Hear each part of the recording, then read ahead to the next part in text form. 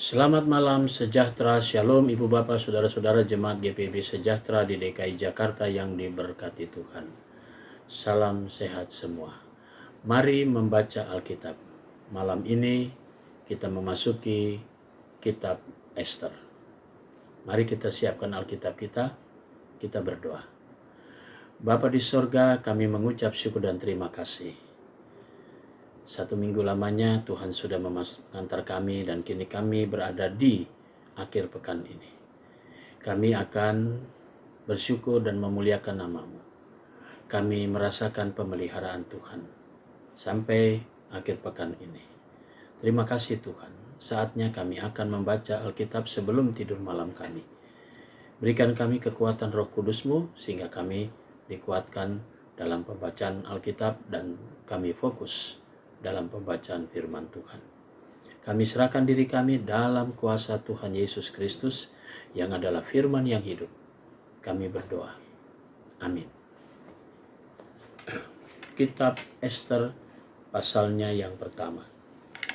Pada zaman Ahasiweros, dialah Ahasiweros yang merajai 127 daerah mulai dari India sampai Ethiopia. Pada zaman itu ketika Raja Ahasiweros bersemayam di atas takhta kerajaannya di dalam benteng Susan. Pada tahun yang ketiga dalam pemerintahnya diadakan oleh Baginda perjamuan bagi semua pembesar dan pegawainya, tentara Persia dan Media, kaum bangsawan dan pembesar daerah hadir di hadapan Baginda. Di samping itu Baginda memamerkan kekayaan, kemuliaan kerajaannya dan keindahan kebesarannya yang bersemarak berhari-hari lamanya sampai 180 hari. Setelah genap hari-hari itu maka raja mengadakan perjamuan lagi 7 hari lamanya bagi seluruh rakyatnya yang terdapat di dalam benteng Susan, daripada orang besar sampai kepada orang kecil, bertempat di pelataran yang ada di taman istana kerajaan.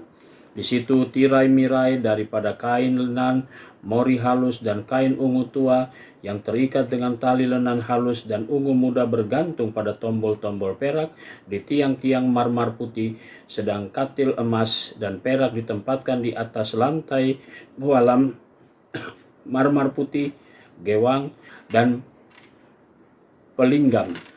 Minuman dihidangkan dalam piala emas yang beraneka warna, dan anggurnya ialah anggur minuman raja yang berlimpah-limpah sebagaimana layak bagi raja.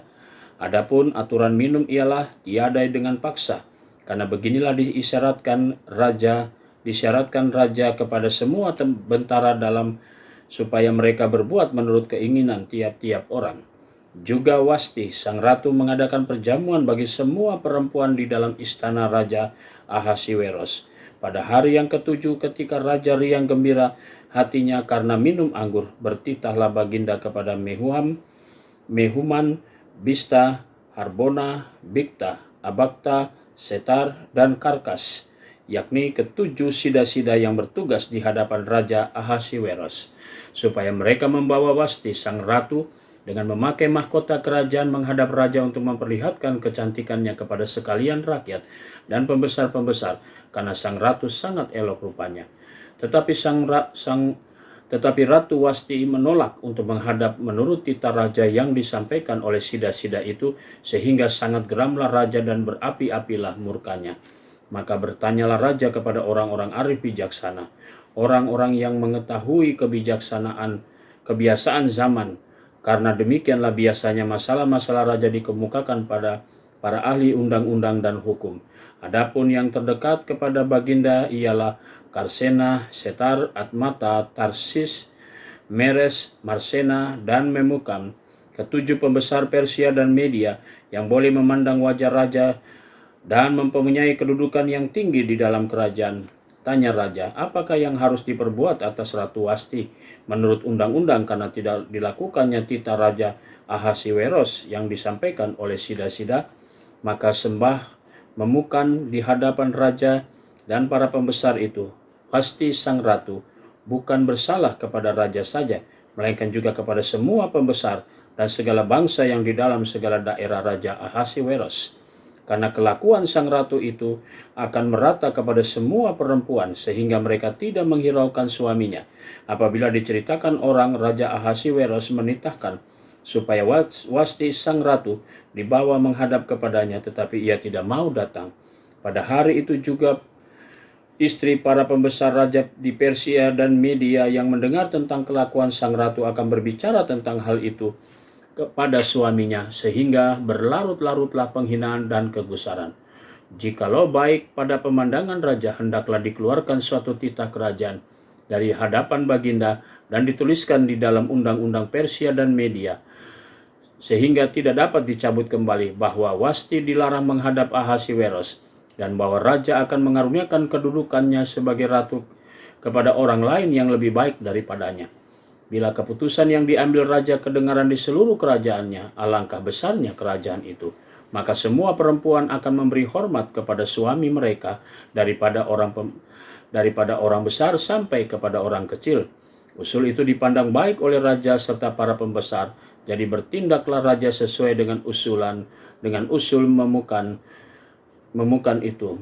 Dikirimlah oleh baginda surat-surat ke segenap daerah kerajaan, tiap-tiap daerah menurut tulisannya dan tiap-tiap bangsa menurut bahasanya.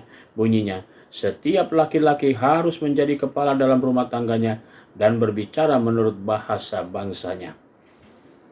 Kitab Ester pasal 2. Sesudah peristiwa-peristiwa ini, setelah kepanasan murka Raja Ahasiweros surut, terkenanglah baginda kepada Wasti yang dilakukannya dan kepada apa yang diputuskan atasnya. Maka sembah para biduanda raja yang bertugas pada baginda, hendaklah orang mencari bagi raja gadis-gadis, yaitu anak-anak dara yang elok rupanya. Hendaklah raja menempatkan kuasa di segenap daerah kerajaannya, supaya mereka mengumpulkan semua gadis, anak-anak dara yang elok rupanya di dalam benteng Susan. Di balai perempuan di bawah pengawasan Hegai, sida-sida raja, penjaga para perempuan hendaklah diberikan wangi-wangian kepada mereka. Dan gadis yang terbaik yang pada pemandangan raja, baiklah dia menjadi ratu ganti Wasti. Hal itu dipandang baik oleh raja dan dilakukan demikian. Pada waktu itu ada di dalam benteng Susan seorang Yahudi yang bernama Mordekai bin Yar bin Simea bin Kis, seorang Benyamin, yang diangkut dari Yerusalem sebagai salah seorang buangan yang turut dengan Yekonya Raja Yehuda ketika ia diangkat ke dalam pembuangan oleh Raja Nebukadnezar, Raja Babel. Mordekai itu pengasuh Hadasa, yakni Ester, anak saudara ayahnya, sebab anak itu tidak beribu dan bapa lagi. Gadis itu elok perawakannya dan cantik parasnya. Ketika ibu bapanya mati, ia diangkat sebagai anak oleh Mordekai. Setelah titah dan undang-undang raja tersiar dan banyak gadis dikumpulkan di dalam benteng Susan di bawah pengawasan Hegai, maka Ester pun dibawa masuk ke dalam istana raja di bawah pengawasan Hegai, penjaga para perempuan.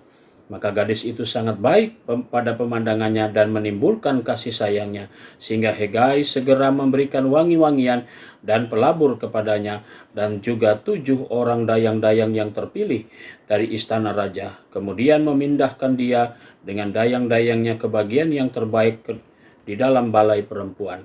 Ester tidak memberitahukan kebangsaan dan asal-usulnya karena dilarang oleh Mordekai.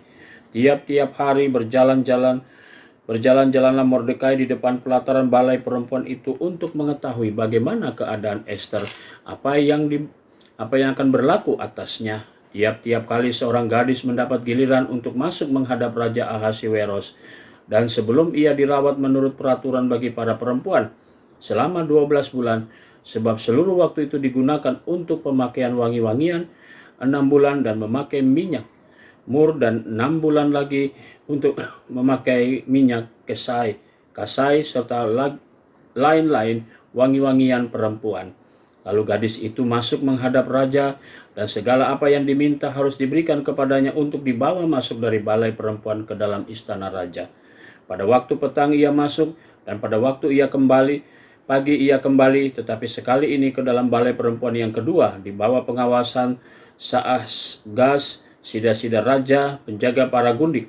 Ia tidak diperkenalkan masuk lagi menghadap raja kecuali kalau raja berkenan kepadanya dan ia dipanggil dengan disebutkan namanya.